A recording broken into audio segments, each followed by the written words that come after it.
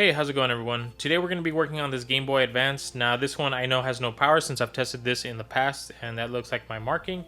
I did turn it around and I can see that there is a bit of corrosion here located in the back. So we're going to go ahead and see if we can open it up and restore it back into working condition. I know I've been out a couple of weeks. I just happen to have some things that came up, and unfortunately I wasn't able to create videos and upload them. But I do promise that I'll try to create a little bit more videos frequently, just like I did in the past where I would release them every week. If you guys are new to the channel, please be sure to subscribe, as it really helps me make sure that I keep creating this content. Now we're almost close to 400 subscribers, so if y'all can get me there, I would greatly appreciate it. Let's go ahead and get started on this video. Here we can actually see there's quite a bit of corrosion just by inspecting it, so let me go ahead and zoom in.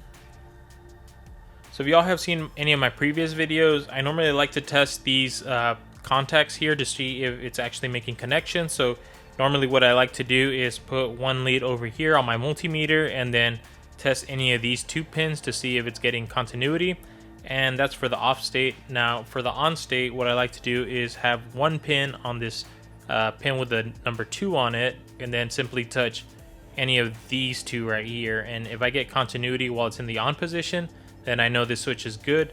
But just looking at it and just based on experience, I'm guessing this is going to be bad, so we're going to have to go ahead and probably clean this. So let's go ahead and use the multimeter and put it on continuity. Let's go ahead and test it out.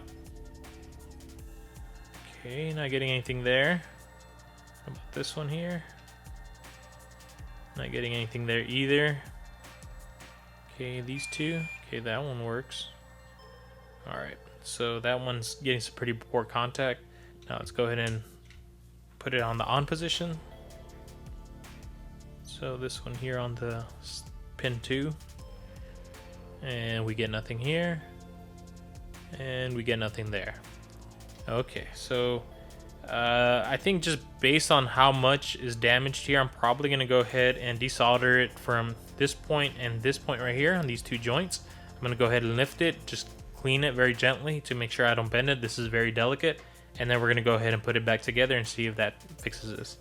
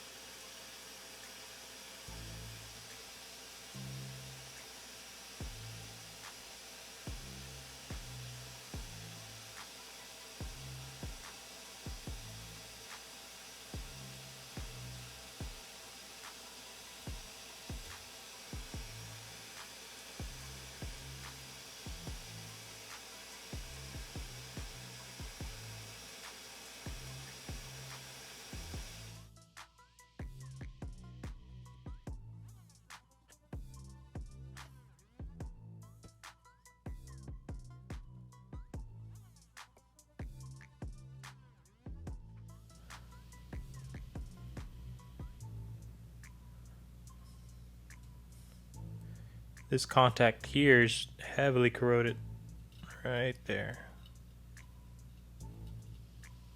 So let's go ahead and clean that out real quick.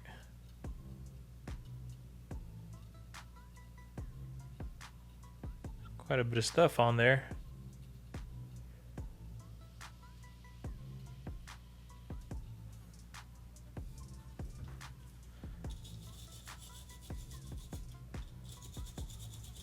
Alright, let's go ahead and look at this other piece. Let's see. Okay. So this one just has a bunch of corrosion on there, so that's probably why I wasn't making contact. So in case you guys are wondering, these are just two little metal legs that kind of stick out, and that's what allows it to slide in between the different types of stages. So that's why, in case you guys are wondering why that pin layout looks that way. So when you test 2, to and any of these two C's obviously are going to be connected, and then off and any of these two C's are going to be connected. So that's why we can test these outer ones with any of the two inner ones. Let's try to clean this off. I think I might just dip this in vinegar to see if it just kind of loosens a lot of that up, and then I'll try to be very gentle with this and just use like a toothbrush. So let me just go ahead and dip it. I'll leave that in the side.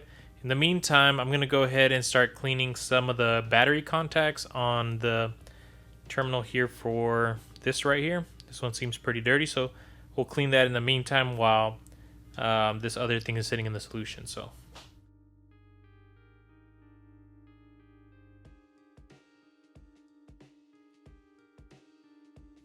on this, I'm just going to use a swab with vinegar and then just make sure I dry it quickly because I don't want any of that to sit on these other contacts. So I'm just going to use the same vinegar that was on there.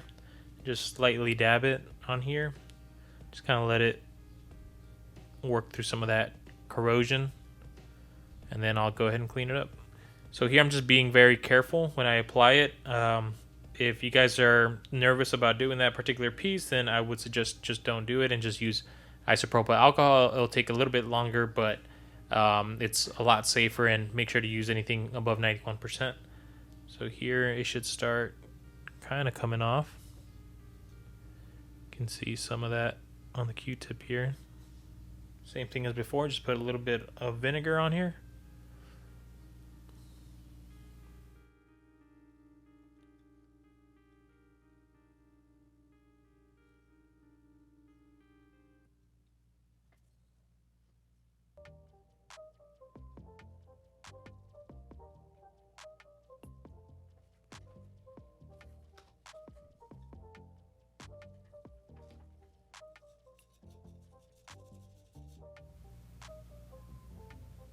Okay.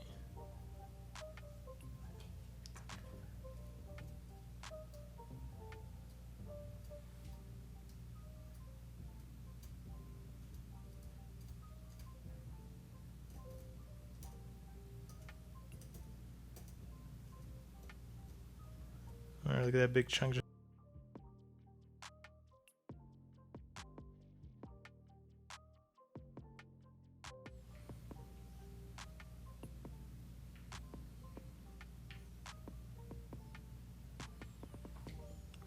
Alright, that looks decently clean.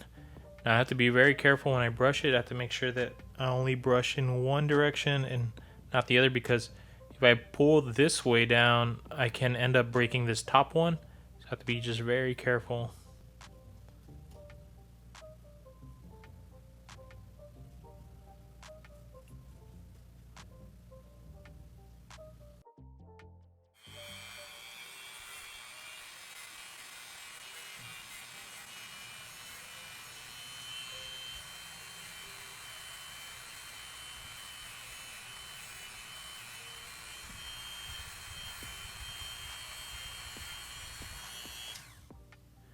Alright, so I know it's not the cleanest, but it looks like it's better than what it was before. So I'm going to go ahead and assemble everything already, because it looks like we already got all the components ready. So we're going to start with a switch here.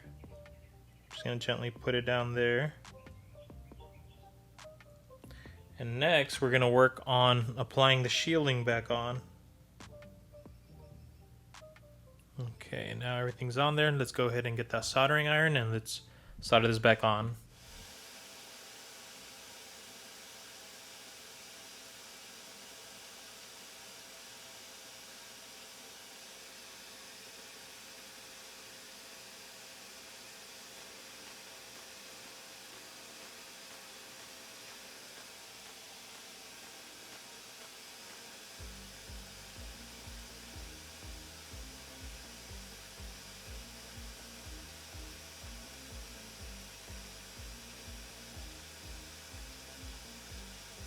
Alright, so let's get the multimeter and see if it makes a good connection.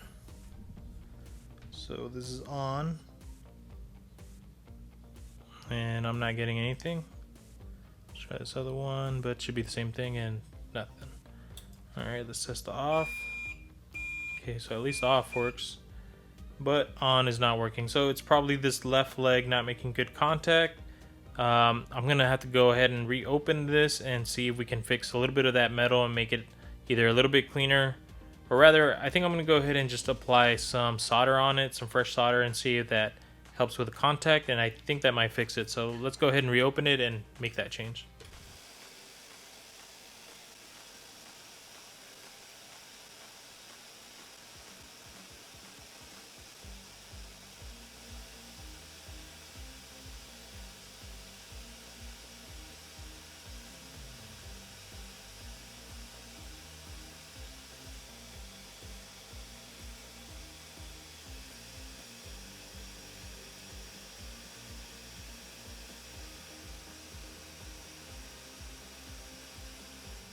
Alright, so we got a little bit of better shiny metal contact there, so this should help out with the slider. So let's go ahead and reassemble it.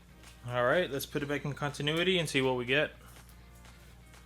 So now it's in the on position. There we go. Alright, now the off.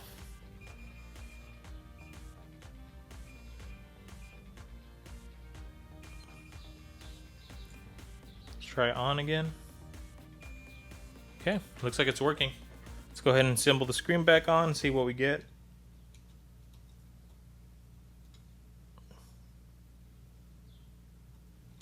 Now I'm going to use a different back on this, and the reason for that is that this one has clean contacts on the terminals, and I don't want to use the existing one since we're going to replace the shell anyway.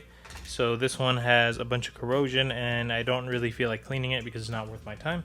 So we're going to go ahead and just simply use this other back housing, and we're going to go ahead and test it real quick. Alright, let's test it out and see if we get any power. And we do not.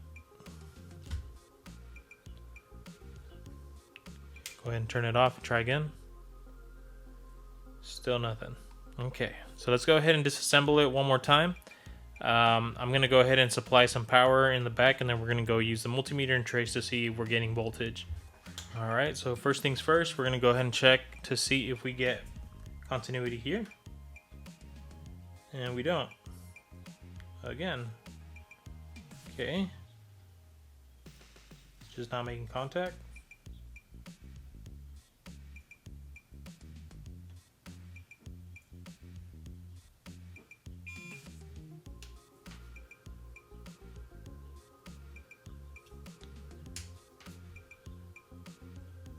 Doesn't look like it's going to be working for me here on the switch. I might have to order a replacement.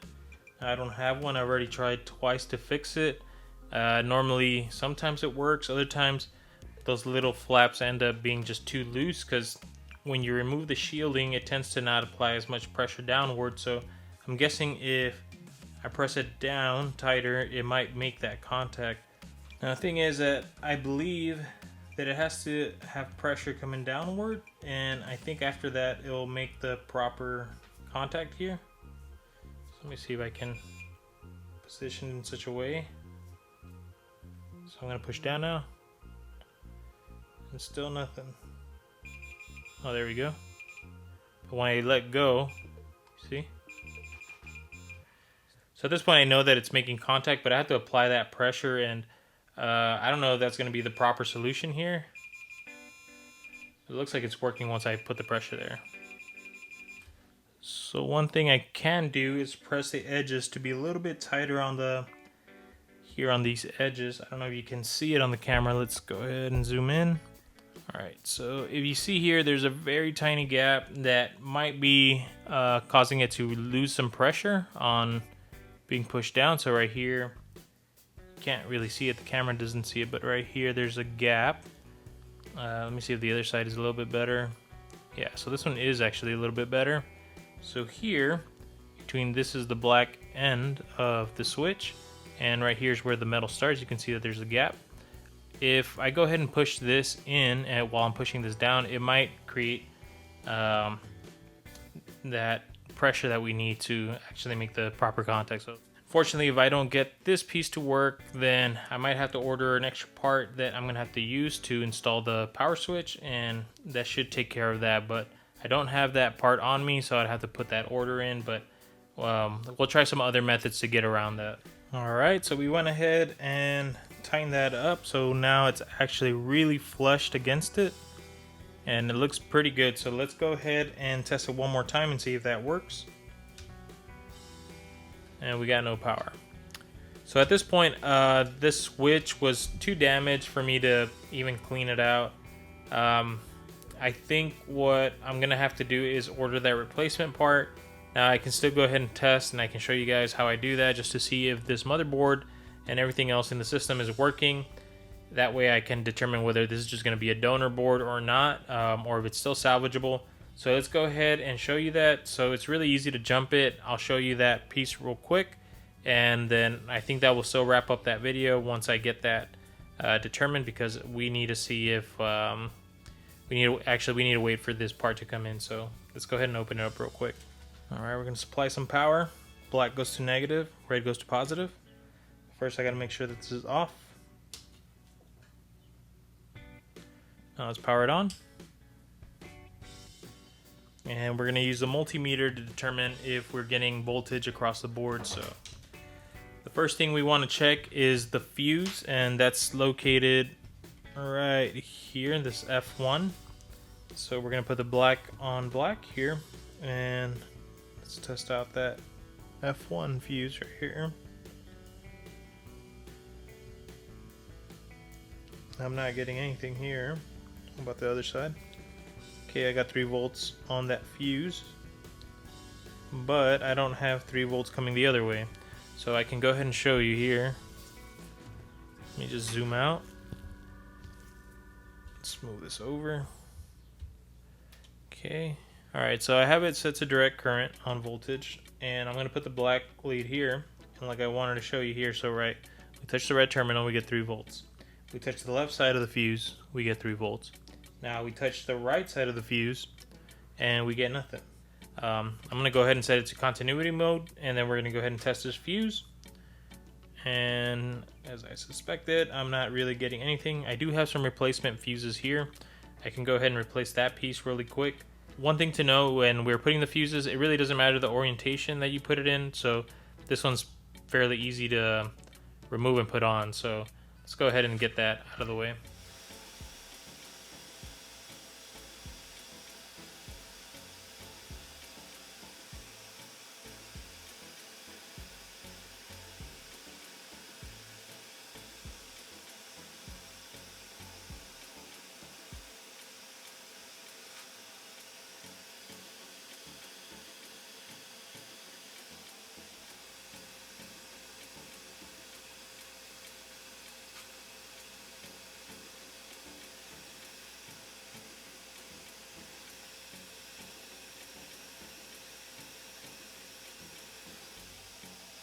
Alright, we're going to go ahead and test the fuse out and see if we're getting continuity. Okay, now from here. Okay, that looks good. Alright, let's go ahead and give it some power and see if that fixes it.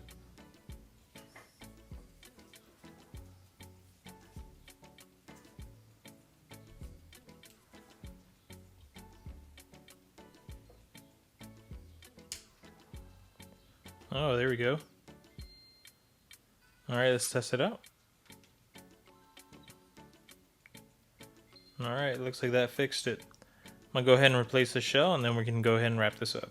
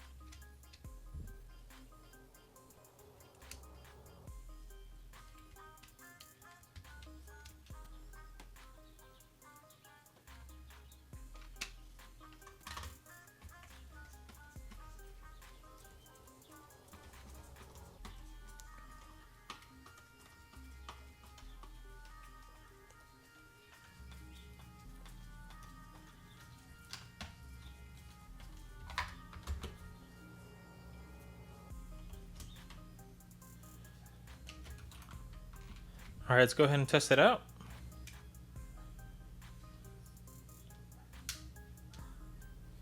And we got nothing. So unfortunately I wasn't able to fully restore this Game Boy Advance, and we know that the components work inside because we were able to power it on. Now the only thing that I know for a fact is causing this issue is that power switch. So what I'm going to go ahead and do is just replace that switch later on. So I'm going to have to order that part. I'll probably do that off camera, but I did want to go ahead and show you guys kind of the troubleshooting methods that I go through when I'm working on a Game Boy Advance. Now, like I said, we know it works, but unfortunately we weren't able to get it fully restored. Outside of those issues, I mean, we do have this shell. It's a replacement shell, and it looks really good. We put the glass screen on there, and I always recommend these. This is far superior, in my opinion, than the ones that it comes with, since the other ones are just kind of flimsy plastic. Well, I shouldn't say flimsy, but they're definitely not as good as the glass. Hopefully y'all were able to get something out of this video. Like I said, I mean, it kind of upsets me a little bit that I wasn't able to get it in fully working condition, but that just tends to happen. I don't have the parts on hand, so I'll go ahead and order that, and I might make a video or I might not. I might just go ahead and do it off camera, and then we'll go ahead and work on a different device. Anyway, I want to thank you all for watching. I really appreciate you all sticking by. I will be uploading a couple more videos in the weeks to come, so please look out for those. If you like this content, please be sure to leave a like. And if you have any comments or questions, please make sure to leave a comment below. And if you're new to the channel, please be sure to subscribe as I release more content. I'll catch you all next time.